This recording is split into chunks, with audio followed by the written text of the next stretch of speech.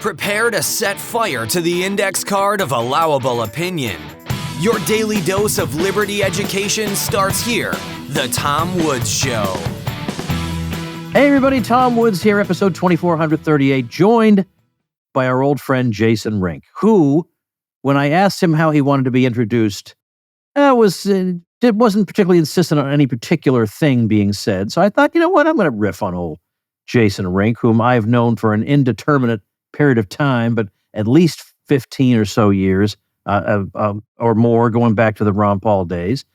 Jason made a documentary about nullification, state nullification, which is an interesting topic for me. I wrote a book on it. He made a film about it, featured me in it. Very nice. You can't see it in the background here, but in my home office, I have the promotional poster hanging on the wall for that, yes. that film. So I knew about quite a bit of your work.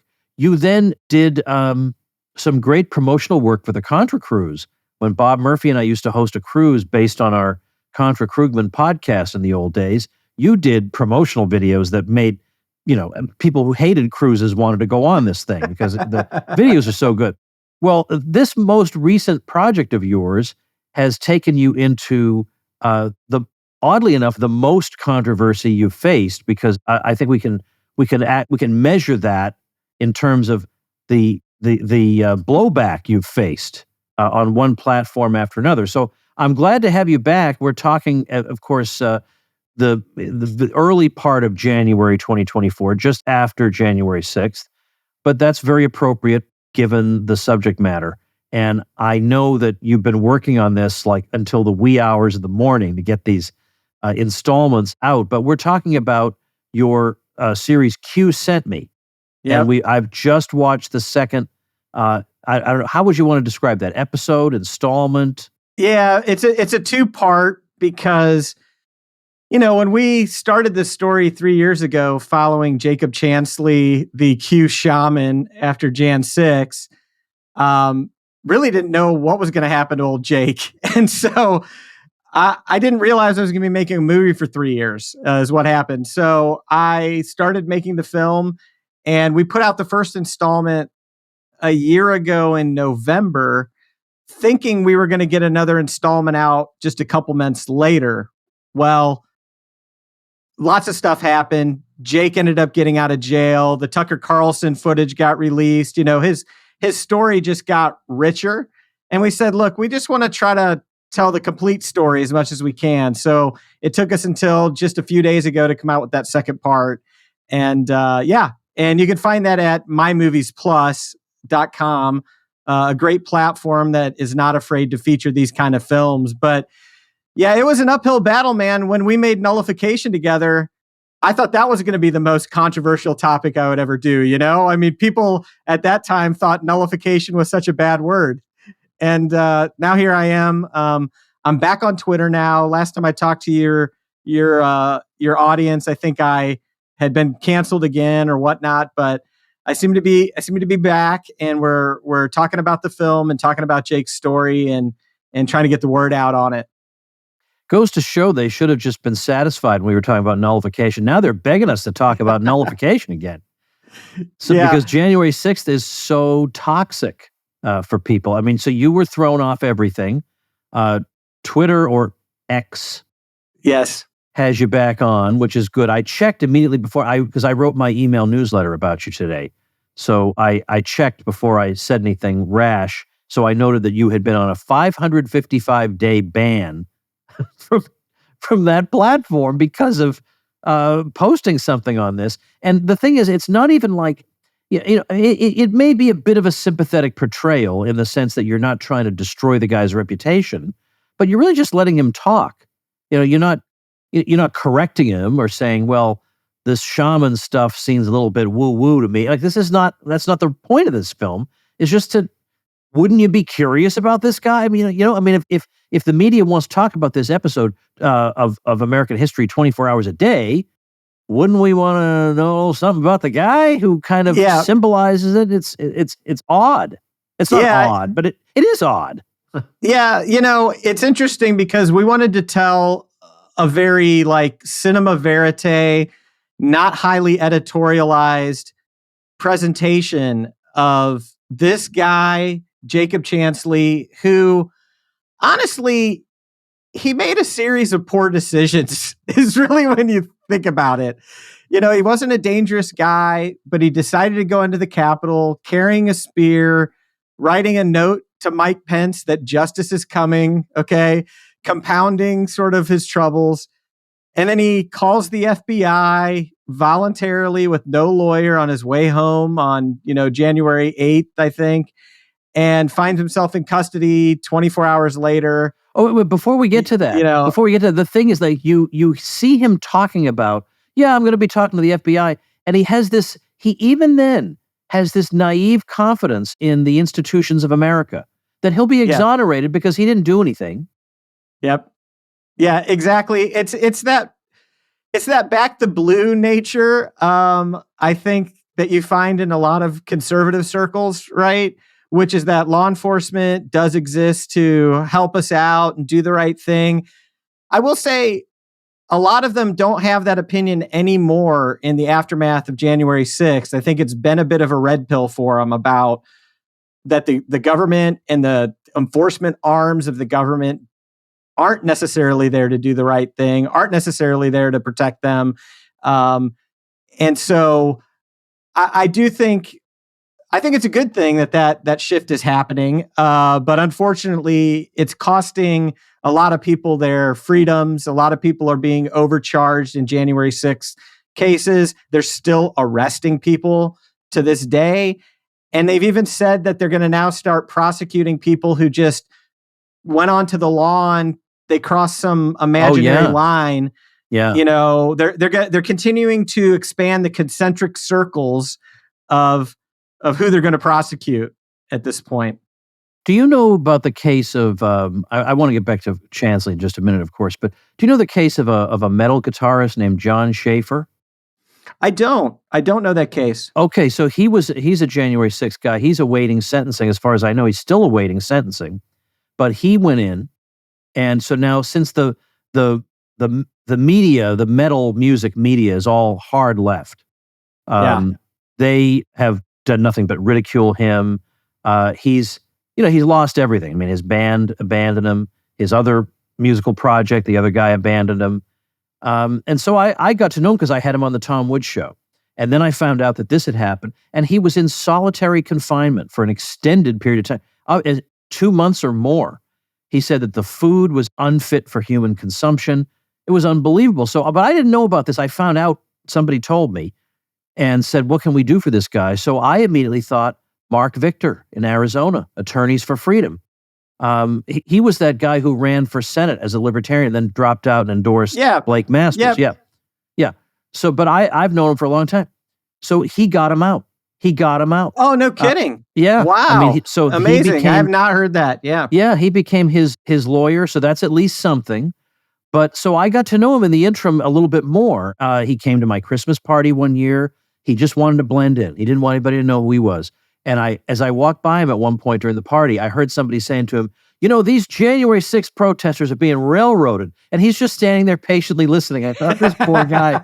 Right. But one night I took my wife and one of my daughters out to dinner with him and his daughter. And my daughter in the car, we had told her what had happened to him.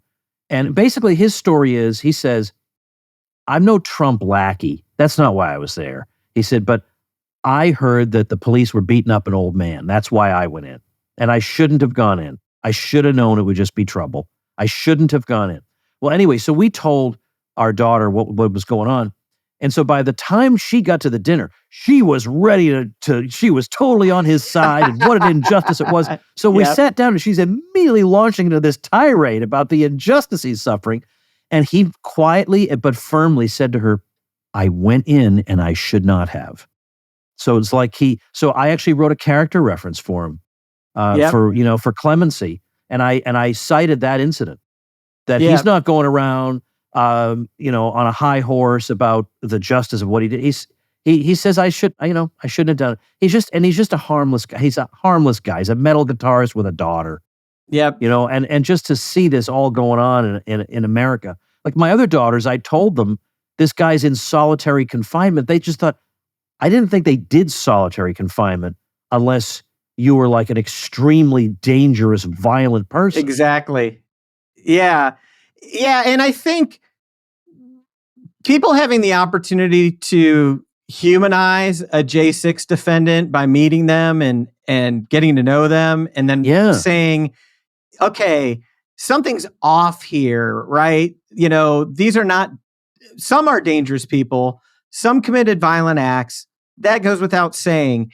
And listen, if you're going to tangle with cops in a fight or a brawl, you need to understand you're going to probably end up on the wrong side of that at any time, right? But this idea that you walk into the Capitol building or you go onto the Capitol grounds or you find yourself sort of in an unexpected situation and you don't damage property, you don't hurt anybody, all of that. These cases should be handled so differently than each other. And yet most people are just being blanketed under this one thing, which is like, oh, you were a rioter. Oh, you were present there. You were a rioter. Doesn't matter if you did anything else in the past. Doesn't matter if you have a clean record. January 6th as an event was classified as a domestic terrorist event. And so therefore, if you were involved in that event in any capacity, unless you can get some good representation, which many of these people don't have access to, you're likely going to go for quite a ride. And so we've seen it, he's just another case, this friend of yours you're talking about, he's just another case of wrong place, wrong time, make a bad decision, find your life turned upside down. And so, yeah, it's crazy. And I would say one other thing that occurred to me as I've looked through all this footage and I've dug into this issue, I would see all these people inside the Capitol who are chanting to cops saying, "This is the people's house. We paid for this. This is our house." And I think there's kind of a boomer myth that people need to get rid of, which is that is the case.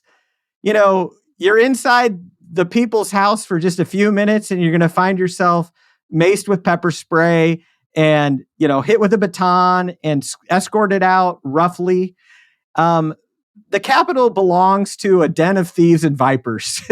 and the people don't have the right to go in there anytime they want, no matter what our little, history books that we read in school tell us, right? Yeah. Yeah. The White House, remember, is the people's house, they sometimes say. Yeah. Exactly. Not you people. Yeah, people. Exactly. But, okay. So the whole thing is over in the sense that he's free now. And I would like to talk about that. But now that he's free, and now that, anything you say, can't possibly get him into further trouble, what's your impression of him? I mean, do you find him likable? You find him sincere? I mean, what's your unvarnished impression of him? Yeah, I mean, the thing that stuck out the most for me was, we interviewed Jake at 10 a.m. January 7th, the day after the event. And so I don't think anybody's got as unvarnished a story from him as we did, because he was in jail 48 hours later and he didn't think he was going to be in any trouble when he talked to us. He was like, I didn't do anything wrong. And so when he recounted the story to us, it was so unbelievable. He talked about how he prayed. He talked about how he walked through an open door. He talked about how he was escorted around.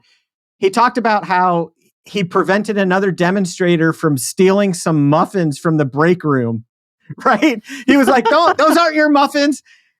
And we're hearing him tell this story. And in the moment, I'm like, there's no way this is true, right? Like, really?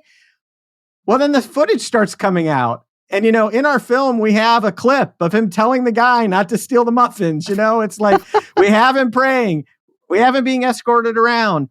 We have him telling people not to throw things at the cops. We have him telling people, Donald Trump told us all to go home and I'm going to be the example. He went and took his bullhorn to try to tell everybody to leave, And so his story's always been accurate. It's always been supported. And then when we got to talking to his family and his friends, and I had multiple conversations with him from jail, he's a very sincere, harmless person with some unconventional ideas, some of his beliefs about maybe his past lives or his, the way that he dresses or whatever might seem odd, but it's just a harmless set of beliefs that he has spiritually about his own life.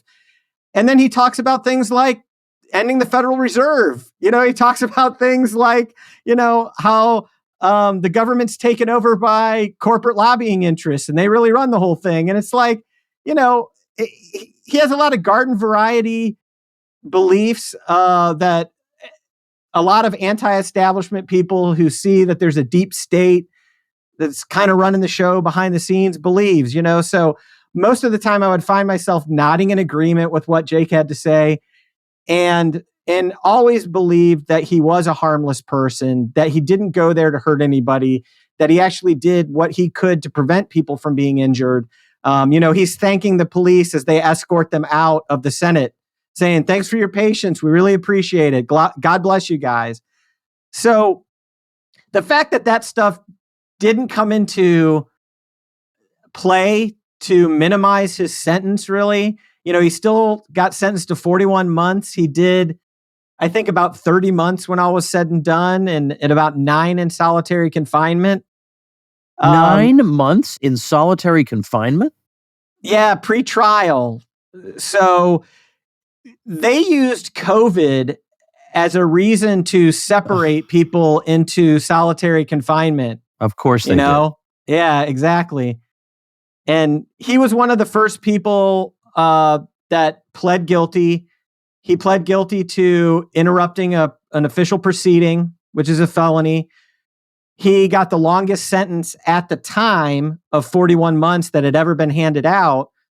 Well, what we saw in the aftermath was that people who went to trial, they got many, many, many more months and years than Jake did. And so Jake's decision to plead probably turned out to be the best decision he made in the whole ordeal. He does accept responsibility for making a poor choice. Any laws that he broke, he was willing to pay the price. And he made a statement when he gets out, the day he gets released, and he says, I forgive my captors. I harbor no ill will toward the federal government, which I don't agree with. I think you should harbor ill will towards the government. You could forgive the individual captors. That's fine. But, I think all in all, anybody who meets the guy, you can hear him on Spaces now a lot. He's got 100,000 Twitter followers. He's very intelligent, very articulate, very well read, respects people, doesn't like to interrupt people. He's just a really great guy. And I think I would call Jake a friend of mine at this point. I've talked to him at some of his lowest points and was really happy to see him when he got out, spent some time with him when he got out. And and I think that's true for probably a lot of January 6th defendants. There's probably a lot of really great people who are not harmful, who have done a lot of time or are doing a lot of time or are facing a lot of time. Yeah. Did you get a sense in your conversations with him about maybe disillusionment he might have had all of a sudden, having been so deferential toward law enforcement and the 3-letter agencies like the FBI? Did you get a sense that he felt like I don't know, what do you call when your neck just whiplash? Whiplash, all of a sudden I'm in a country I don't recognize. Yeah, that's a good question. I think if you asked him now, he would probably have made different decisions about interacting with law enforcement without a good attorney, because that didn't end up benefiting him at all. They used his words against him from the jump. It's funny. We have a unreleased recording of him when he was talking to the FBI, and he was trying to red pill the FBI guy. He was like, now listen, I know you're probably just a good guy trying to do your job, but the FBI, man, that's a corrupt organization. And the guy who runs that thing. And, he starts trying to break down the deep state and all of this to this FBI guy on the phone. He's just always an evangelist for what he believes. And so I think he would do things differently, again, if he could. I do think he probably had some disillusionment with Trump. We asked him if he wanted to be pardoned by Trump. His lawyer tried to get him pardoned. Obviously, Trump didn't pardon him. Trump pardoned 50 Cent and a bunch of other random people. And didn't pardon the Jan 6 people. And so I do think that was disappointing to Jake, even though Jake said it wasn't Trump's fault I went in there. But I believe Jake still supports Donald Trump ultimately. But he is running as a libertarian, or attempting to run as a libertarian for Congress in Arizona this year. So, I don't know if he would have identified as a libertarian before, but he seems to be identifying more as a libertarian now. Hey, everybody, are you sure Wall Street and the establishment are giving you the best money advice? They're telling you to put your money in an IRA or 401k. But studies show the average American who follows that advice is going to outlive his savings by 10 years. Bank on yourself is a better way to grow and protect your hard-earned money. This retirement plan alternative has never had a losing year in over 160 years. So with Bank on Yourself, your plan doesn't go backward when the markets tumble. Your principal and growth are locked in. You'll know what your tax rate will be in retirement, 0 under current tax law, which protects you from the coming tax tsunami. And you're in control. You get access to your money for any purpose with no questions asked and without government penalties or restrictions on how much income you can take or when you can take it. Try doing that with a 401k or IRA. Do you want guaranteed predictable annual growth, control of your money, and tax-free retirement income? Then go to bankonyourself.com/woods and we'll send you a free report with the proven retirement plan alternative that banks and Wall Street are desperately hoping you never hear about. Just go to bankonyourself.com/woods for your free report. bankonyourself.com/woods. That's interesting. Now, they claimed that he and others had violent intent, that they were actually, and you include in the documentary maybe some newscasters or headlines saying that it was part of a plot to assassinate certain members of the U.S. government. Now, this, it seems certain, was as far as could be from his own intentions. Yeah, totally false. And this is a really interesting thing you bring up, Tom. If people could go back in time to those just days after January 6th, there's a lot of people who might believe something different about January 6th than they did in those initial days. Even very freedom-loving people on the right and libertarians might have been fooled by some of the propaganda from the government and the media even. It was a fog of war situation for the public, right? We didn't know what happened. We didn't know what to believe. Well, there were stories put out by the government through the media that there were capture kill teams that they had identified, and they lumped Jake into that. Those stories then permeated to the judges who made decisions about whether or not to release him on bail. And in his case, that's exactly what happened. He sits before that judge within a week of his arrest. And these stories are out there. These claims are out there. The Department of Justice is making the claim, or at least the FBI field office in Arizona. And so he is locked up without bail, and that never changes for him. But roughly 24 hours after he's locked up without bail, Michael Sherwin, who's the head of the FBI, really, this whole January 6th case prosecution, he comes out and he says, "Oh, that's false. That was wrong information. We're going to correct that." But at that point, it was already too late for people who'd been arrested. And they found that's why Jake was in solitary really for 9 months, because they said he's a flight risk and he's a threat. And once a judge makes that determination, it's very hard to turn that over. Yeah. But yet he did get released early. What were the circumstances there? Yeah, this is really interesting. In the film, I have some footage of a phone call I had with Jake just 3 weeks after he was sentenced. So he gets his 41-month sentence. He got credit for, I think, 11 months time served is how it worked out. So he was going to do another 30 months. And in this conversation, just weeks after his sentence, he's already talking about how he might get released up to a year early because of the First Step Act, which allows you to participate in certain programs in jail to get time off, and then good behavior.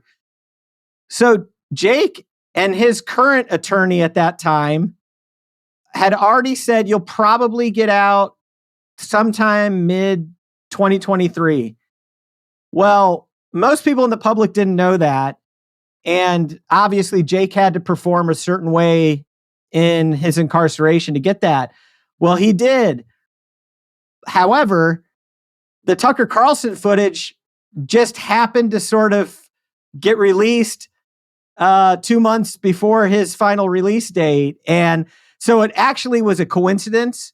Tucker Carlson's footage didn't have anything to do with his early release, but it did move the needle on public opinion for him.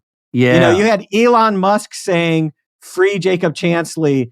You had a lot of people on the right who would previously not talk about Jake, who didn't support him. I mean, January 6th was an issue. A lot of people on the right, they still didn't really want to touch it for a while because they didn't really know how they felt about it. And I think Jake's footage really showed people, oh wow, this is interesting. Like this may be different than I thought.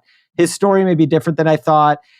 And if his story is different, then maybe many other stories are different. So I think that had a big impact on making him somebody who was not vilified after he's come out of prison. He's become quite popular. A lot of people have started to listen to him. And they're like, wow, this guy's a lot different than we thought. I want to ask you about a different person, though, for a minute, just because there's been so much talk about him.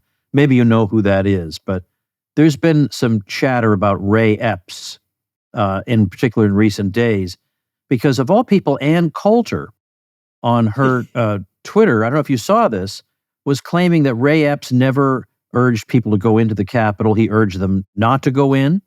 That if he did urge them to do anything, he urged them the day before January 6th. He wasn't at the Capitol January 6th. And it was all these things that we have video of.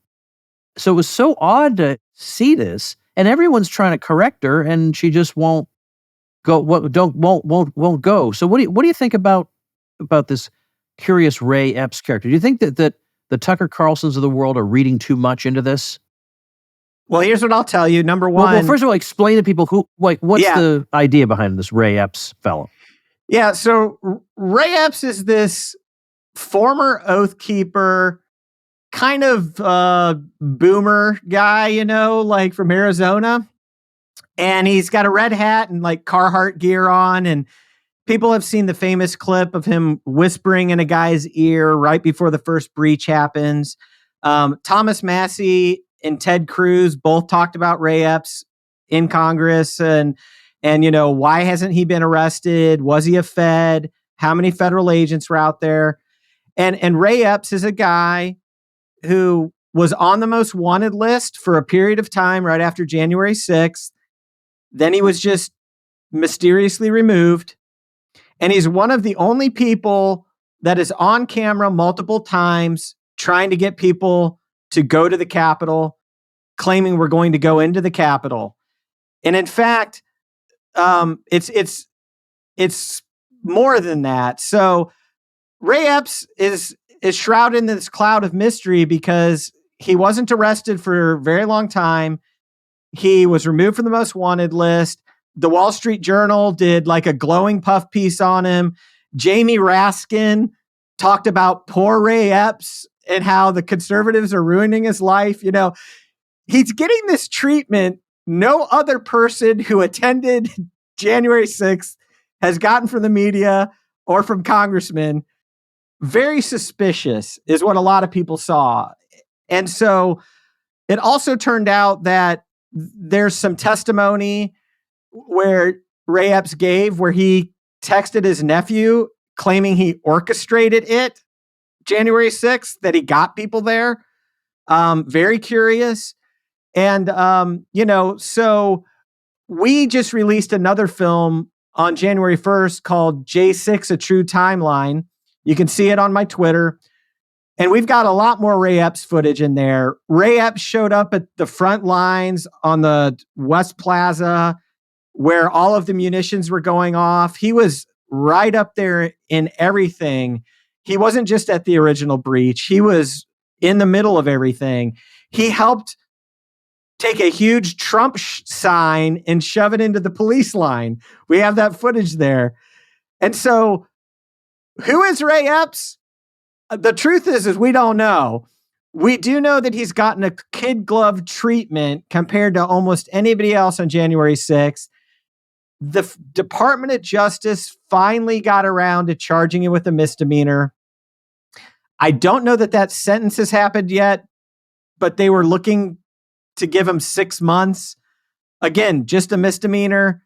I think at the end of the day, he'll likely get some suspended sentence or something like that. I don't think he's going to see a day in jail. And I'm not saying Ray Epps should go to jail. I'm not saying any of these people should necessarily go to jail. The question is why has he gotten such a different treatment than so many other people on January 6th? Yeah. And now, a word from our sponsor. I'll bet you've read or watched plenty of murder mysteries before. Well, I'm inviting you to participate in one with me. I'm bringing my murder mystery dinner parties around the United States, and I'd like you to join me. Here's how it works. You get assigned a character. You are given background information about your character weeks before you arrive, and throughout the evening, you'll receive printed briefings about things you should say to various other characters and other information that will guide the story along. We'll enjoy a catered dinner in a large luxury hotel room, and shortly after the meal, one character will be dead. It's then up to each one of us to figure out who done it. At woodsmystery.com, you'll see a list of the cities where I'll be, and if you don't see a party in your area, sign up to be notified when we add more of them. I hope to see you there, so together we can find the killer.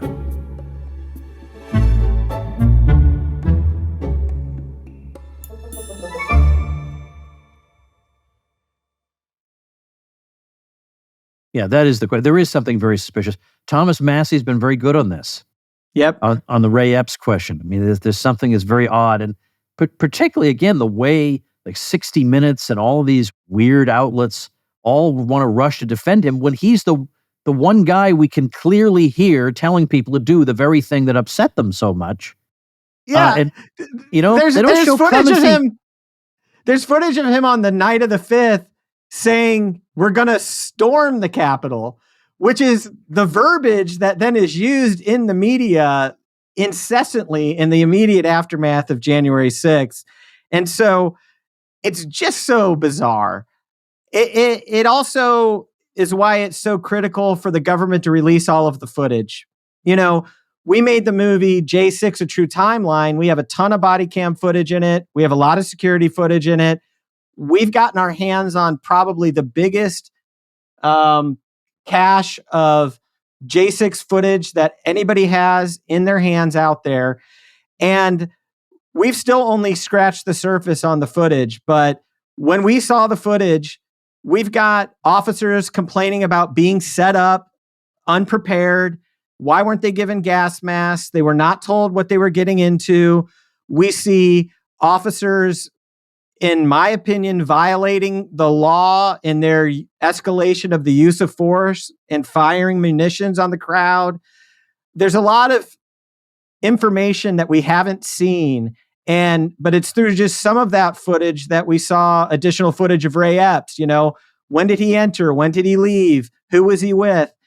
The American people need all of the footage so that we can try to get a sense as to what really unfolded that day and what the timeline of events were and who was involved and who, if anyone, had the stand down order for there to be less security than maybe there should have been. Those are the unanswered questions. And Ray Epps is just one of those curious pieces of the puzzle. And often what we have to do when we don't have all of the pieces of the puzzle, we got to put together what we can. And so the story of Ray Epps, I think, is more of a symbol of like, this is odd based on what we have. If we had everything, maybe we could know what the full story is. Yeah. Now, maybe you've heard Vivek Ramaswamy talking about this these days, and he is using from the media's point of view, very triggering expression, an inside job. He's saying that we now have sufficient evidence to conclude that to some extent, we can say January 6th was an inside job. Now, I suppose it depends on how he's defining the term. But do you think he's overselling that? Well, I would say, and I don't want to speak out of my depth, okay? I have narrow expertise on this issue, but I would encourage people to look into a former Capitol Police officer named Tariq Johnson, who was formerly a Democrat. He's now a Republican. He's spoken out about some of the things that happened on January 6th, where there are certain decisions that had to have been made from the highest levels. There's a woman named Yogananda DePittman, who was one of the head decision makers in the Capitol Police, the person who was controlling the flow of intel flowing down to the other officers and the other captains, and so that everybody could understand what might be happening that day as far as controlling the intel in the lead up to January 6th. And so I don't want to go too deep into this stuff, but some people who have really gone deep into it say there are people at the top who kept other people in the dark in Capitol law enforcement, which created an opportunity for things to get out of hand that would not normally have gotten out of hand. And it reminds me of the part in the JFK movie where he talks about, like, who could have got the Secret Service to stand down and who could have caused all of this protocol to be broken, right? It's like, had to be somebody in a position of power. The same thing on January 6th.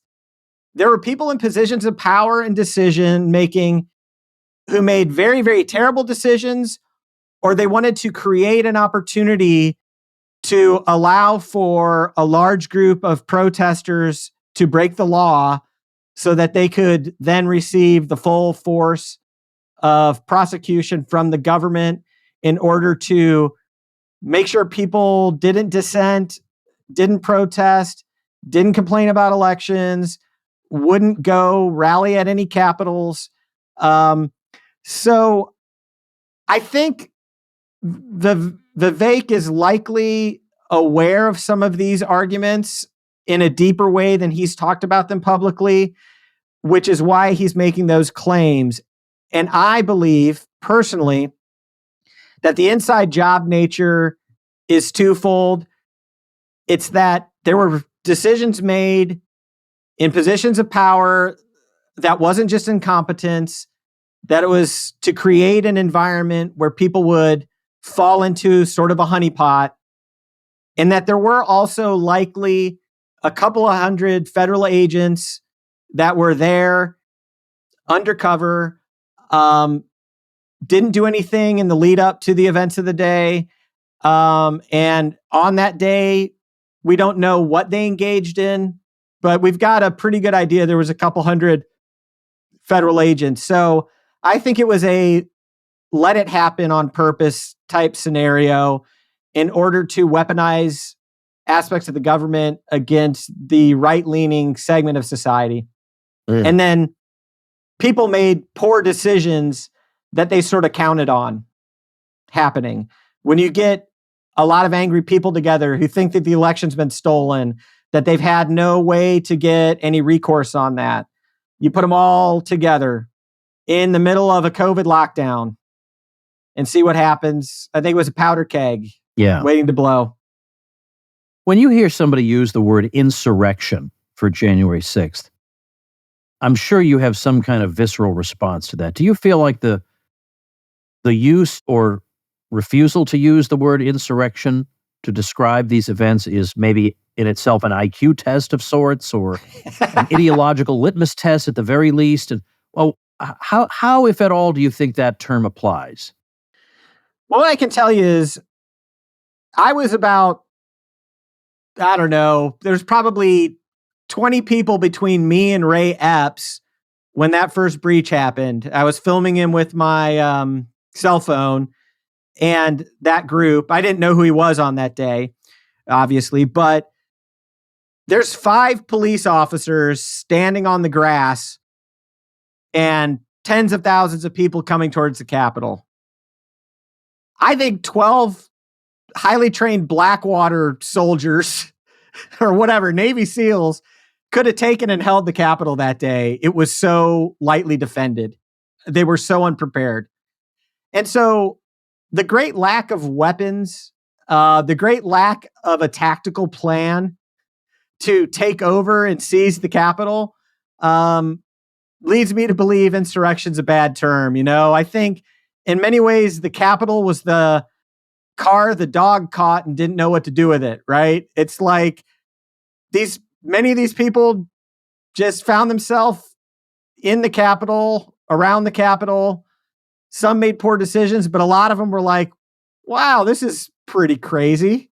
Like, what's going on, So I don't think anybody was there to forcefully try to overthrow the government. I do think there are people there who wanted to see the election certification stopped. They didn't want to see the election certification happen. But what's interesting is that some of the people who are the most aggravated by what happened on January 6th were the people who planned the rallies, the people who were leaders in Stop the Steal. Because when the breach of the Capitol property happened, the objections to the electors in Congress and in the Senate, that all got shut down. And there was over 100 representatives who were going to object to the electors, a couple of senators. And once January 6th turned into what it turned into, many of those congressmen lost their courage to say, look, we think there's something wrong with this election. When they reconvened later that evening, it just went through, because now the day was a tragedy, and people died.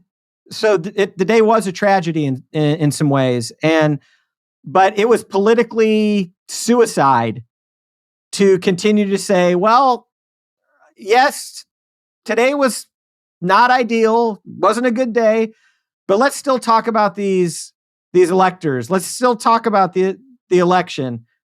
That became an issue that couldn't be talked about, and questioning the election and the January 6th insurrection now became joined at the hip as an issue that is pretty toxic politically to talk about.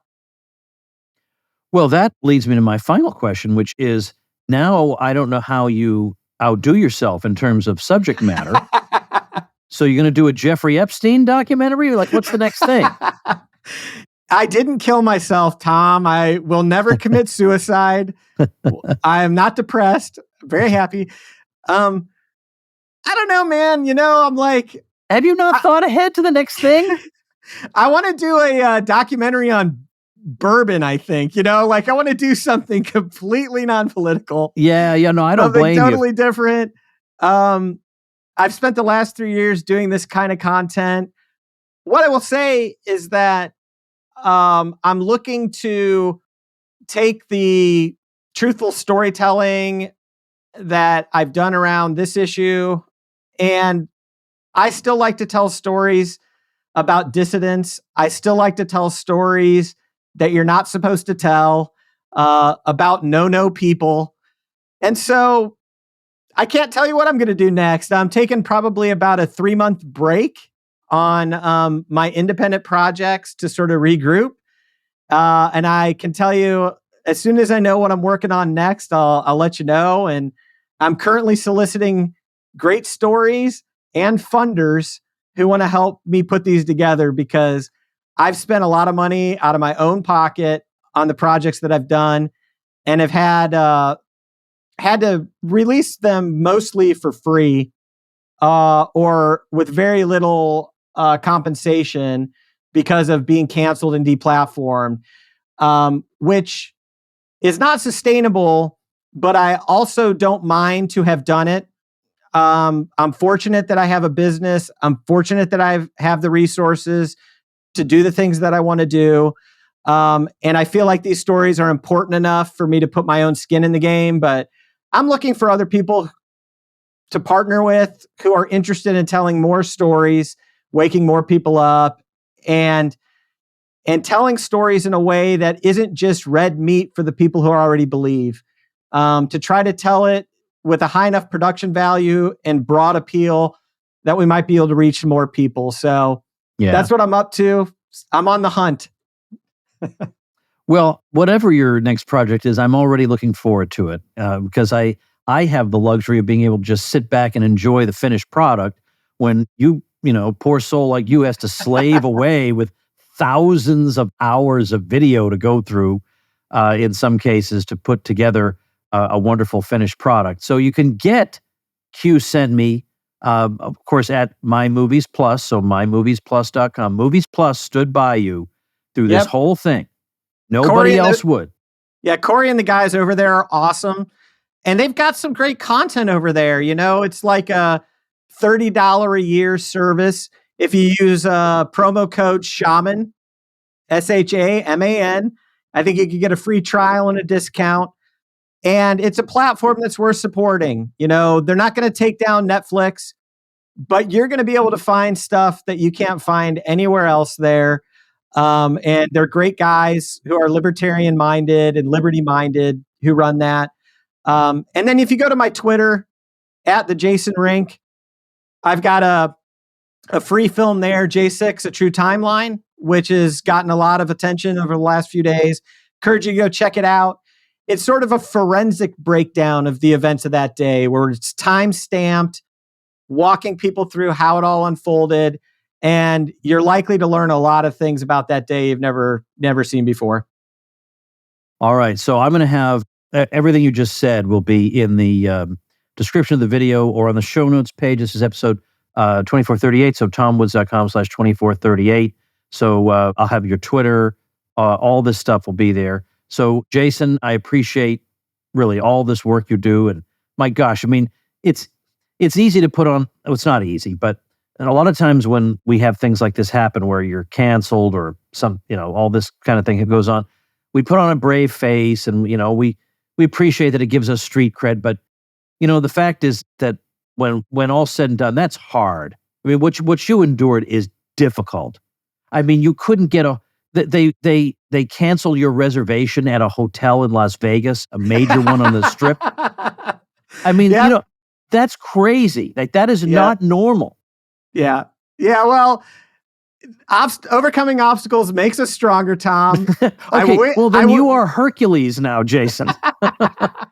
Yeah. But man, they can't keep good men like us down. You've taken your share of slings and arrows over the years, and you're here at 2,400 plus episodes, man. So it's like, I say the answer usually is just persevere.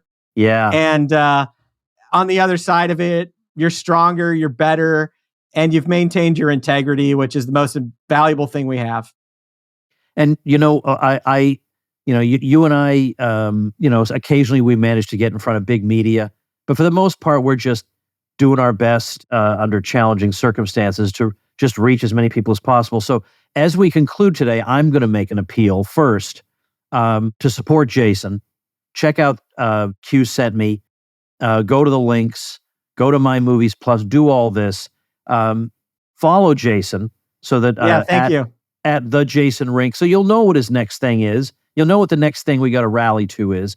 But then even when it comes to the old Tom Woods show, I don't get on the big shows. A lot of my friends do. I don't. So I don't have as many opportunities to reach enormous audiences. So what I have are the people who listen to me already.